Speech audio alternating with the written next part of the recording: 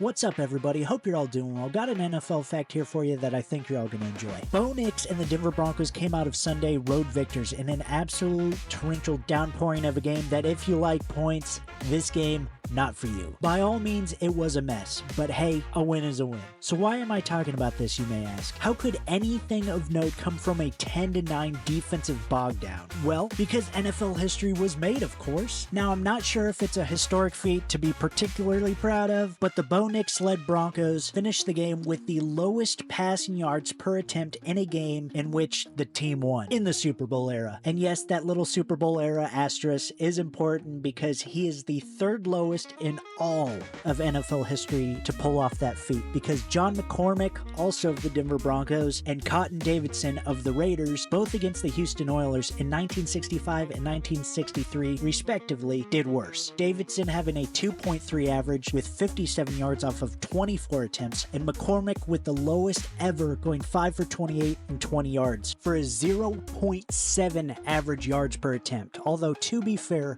McCormick did throw a touchdown where Davidson failed to even do that. But to be even more fair, they both, just like Nix, funny enough, won their game. So maybe there is something to it. But anyway, off of my tangent and back on track here, Nix is the lowest since Vince Lombardi hoisted his 2 trophies in a row, throwing 25 passes and completing 12 of them for a whopping 60 yards, which calculates down to 2.5 yards per pass attempt, or 5 yards per completion. Now, for reference, there were 42 occurrences of a quarterback having more than 60 yards passing in a single quarter in week 4 alone. So that means some quarterbacks out-yardaged Nix multiple times. And even further, 2 of those quarterbacks had more yards in a single play, although one of those was called back due to a penalty.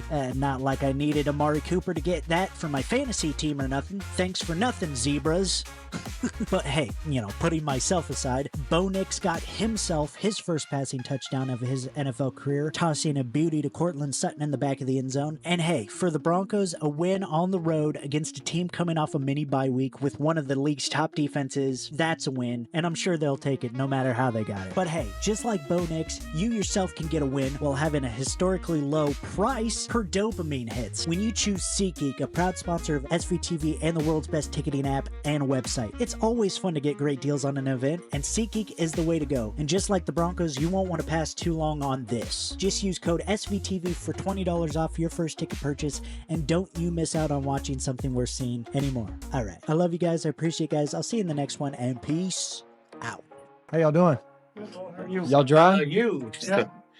Y'all dry? Y'all make it out okay?